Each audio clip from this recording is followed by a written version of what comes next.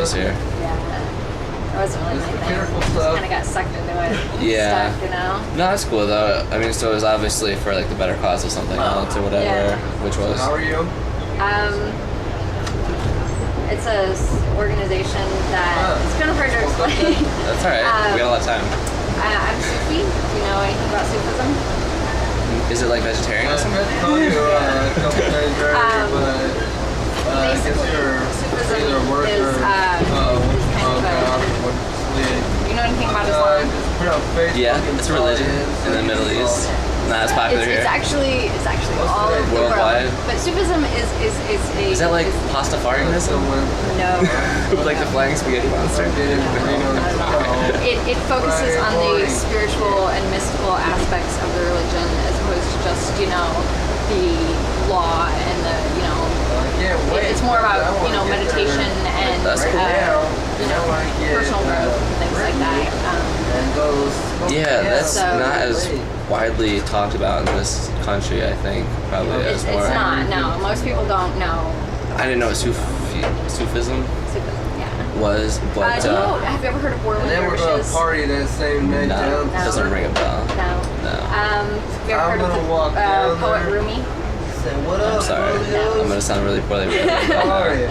It's okay. I mean, if you're not familiar with that kind of stuff, Yeah. most people have. I've found lately, especially in the last few years, how many things I feel like I should have been exposed to that I just haven't been, just because of how culture directs you. Nutrition has been one of them. A lot of people don't tell you that, you know, it's really important to eat good food grown in the ground without chemicals and this and that, and that if you do, you won't get sick as much and you live a healthier life or whatever. But I guess that's been my kick lately or whatever, trying to eat better for myself. And you know, I like smoking and all the rest of that because I feel like you can achieve a state of meditation. Especially, I do a lot of camping as well, so you go out in nature and you just chill by yourself for a little bit. And I've always been impressed with the sort of things that can come to the top of your head, you know, when you don't have other things around you distracting you or pulling you in a separate direction.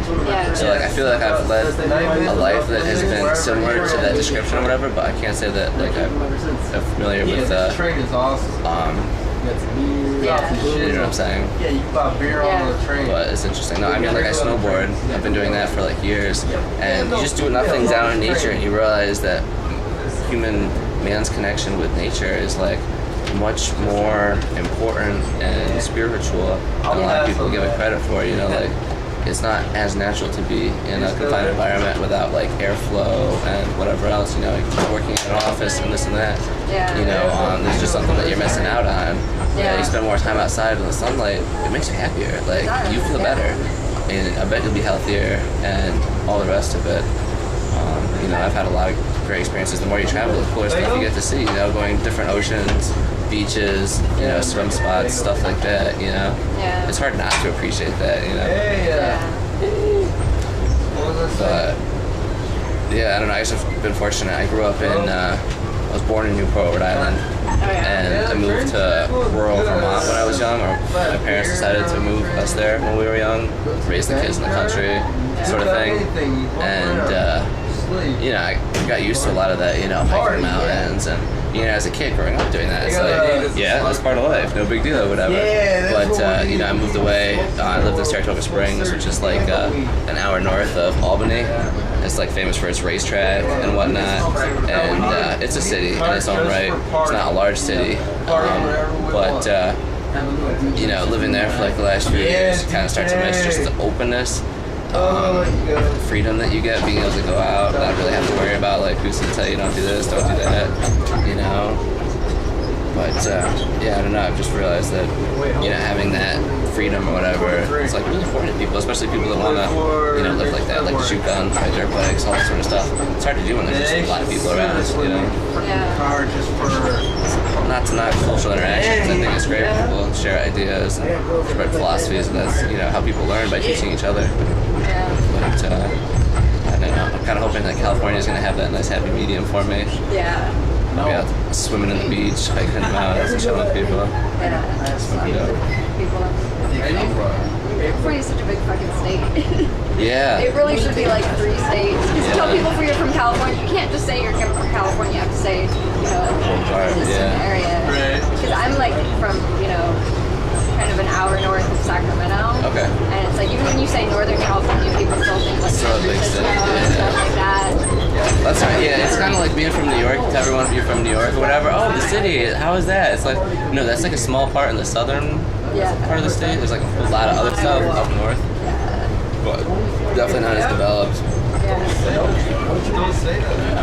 Yeah, it's kind of interesting. You see like 87 North is like the main thoroughfare between New York City and Montreal, and pretty much everything like branches off of that. And then there's 90 that goes east to west, and again everything branches off of that or whatever. And then the farther you get away from that, the more and more country it is.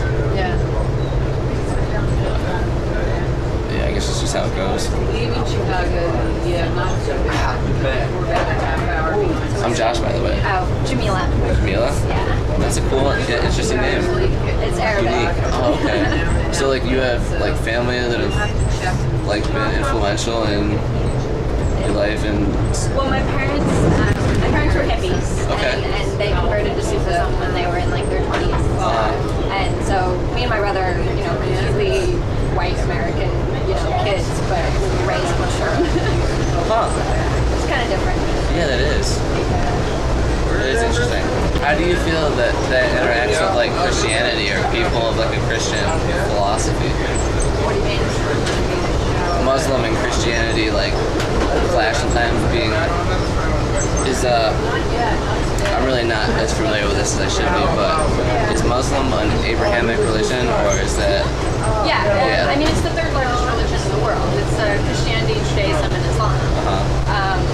I mean, and yeah, they have differences, but if you go back to the main tenets of them, they're all the same. Okay. If you really go back to the beginning, they're all the same. My iPad with me, so cool? I was watching. So you feel like everybody gets along just the same and What's that? you feel like everybody can still get along and it'll be alright? Yeah. That's cool. I It's mean, just hard to see like that's the the point of life, It's not. It's good that you take that philosophy. I've seen way too many people that can be very radical with it. You are or you're not, and if you're not, then whatever. And I mean, and that's what Sufism is about. It's about the heart. It's like it doesn't matter who you are, what religion you are, what you practice. It matters what you do, what is in your heart, what your intention is. That's ultimately what matters. God. that's cool. So that's kind of the philosophy. That's cool. I do that. That sounds cool enough. I was raised Christian, and it's hard not to incorporate the beliefs that you were raised in. But also, growing up, you all go through that, identity struggle. Is this what I would choose for myself? Not being raised in it, and answering questions and so forth. And I found that there's like a lot of good with it. You take the virtues and the morals that go along with it, and try to put that in your life. It's hard to fault you for it. And at the same time, you just see so much except fatalism with, if you're not this or closed-mind thinking, provincialism, that it's just sad to see that some of that goes together. Whatever. It's good to see the openness and acceptance. Yeah. It's more rare. There's just a lot of closed-minded people out there that want, they want everything to be, a certain way. It's just nothing's ever that cut and dry, And I mean, we're all children of God. It's like it doesn't matter. He didn't make just one path to get to it, and it doesn't matter how you do it. It matters what's in your heart and what your intention is. If you're a good person, I think that really, I mean, it's just lose time. I can't stand those people who are just like, like the born again Christians. I always get into arguments. Real interesting people. I used to get interesting. into arguments on street corners with them. They'd be holding those signs. You're a sinner, you're going to hell because you've not accepted Jesus Christ as your Savior.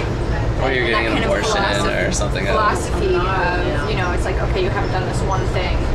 God's going to send you to hell forever. Very condemning. I'm like, really? You really think that he's that petty and small? Yeah, no, definitely seeing that and other philosophies in the world, you do get a sense that there's like more fear-based philosophy, like do this or else. And then there's like a lot of love philosophies, like do this just because, Because, and that's the whole philosophy, If you ever read Rumi poetry, that's what he writes about is having a love for God and there's one poem that he wrote that's about basically, I'm gonna reiterate this really badly, I lead a